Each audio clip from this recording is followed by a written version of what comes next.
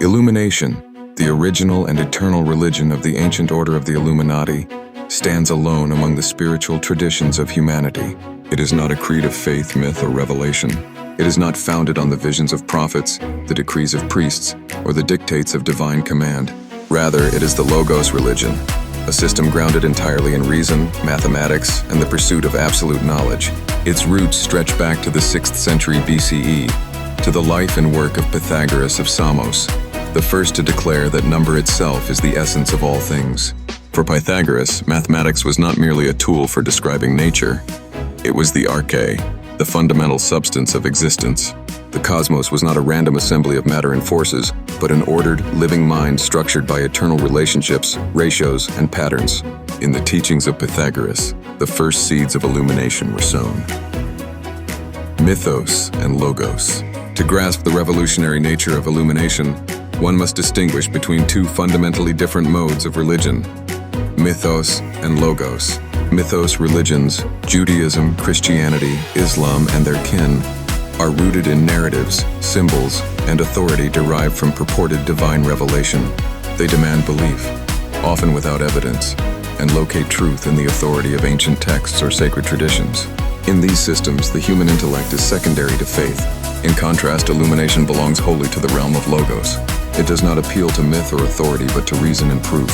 It holds that reality is comprehensible through the intellect because reality itself is intellect, mathematical, rational, and eternal. Its scripture is not a book, but the living equations of the cosmos. Its temple is not a stone edifice, but the infinite architecture of the mind.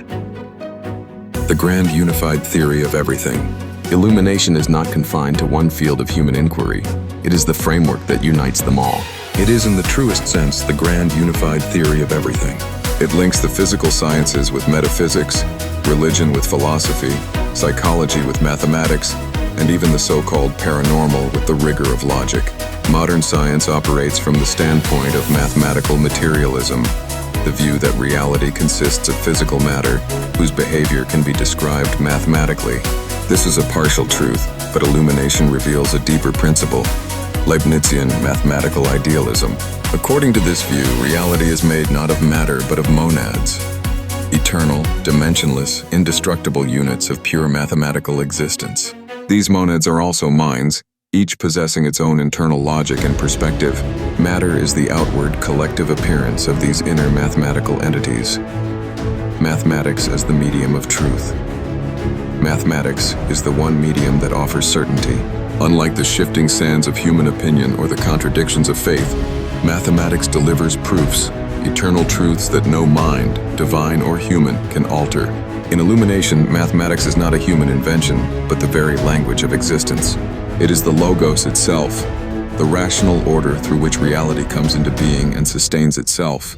To understand mathematics is to understand reality at its deepest level. To master mathematics is to participate in creation itself. Illumination teaches that the journey toward enlightenment is not one of blind devotion, but of intellectual mastery, learning to see the hidden equations that structure both the physical and mental worlds. Beyond faith, the path to knowledge. The path of illumination is not the path of faith, but of knowledge.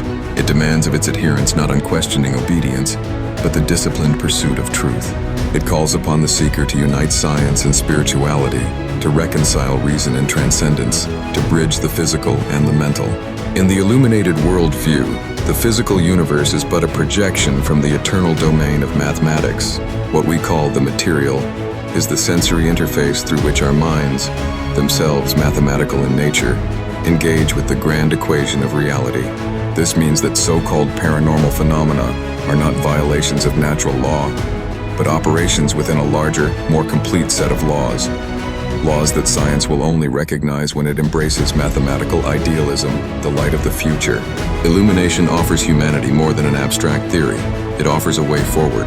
It is the intellectual and spiritual bridge between the fragmented knowledge of today and the unified wisdom of tomorrow.